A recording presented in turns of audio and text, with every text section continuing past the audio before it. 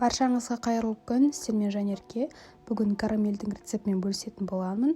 Өзім жиі қолданамын. Торттың арасына, пирожныйға, булочкаларға жиі қолданамын. Үй жағдайында тез әрі оңай жасауға болады.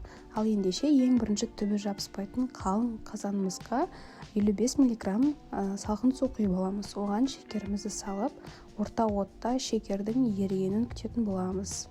Ол жайлап қайнай бастайды, араластыруға болмайды.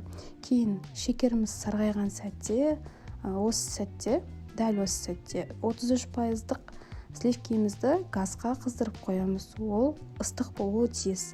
Кейін сары майымызды салып, жақсылап араластырып аламыз. Осы сәтте шым-шым тұз қоссаңыздар болады. Кейін дәл осылай қоңырқай болып қайнаған сәтте ыстық сливкемізді құямыз. Осы сәтте абай болыңыздар. Ол кішкене қатты қайнауы мүмкін. Сливкемізді қосып болғаннан кейін бөлек ыдысқа құйып қоямыз. Кейін сәл суығаннан кейін бетіне пищевой пленкамен жауып қойсаңыздар болады. Ал сіздермен пайдалы ақпаратпен бөлістім деп ойлаймын. Видео ұнаса лайк басып, пікіріңіз болса комментарий бөліміне қалдыра кетіңіз.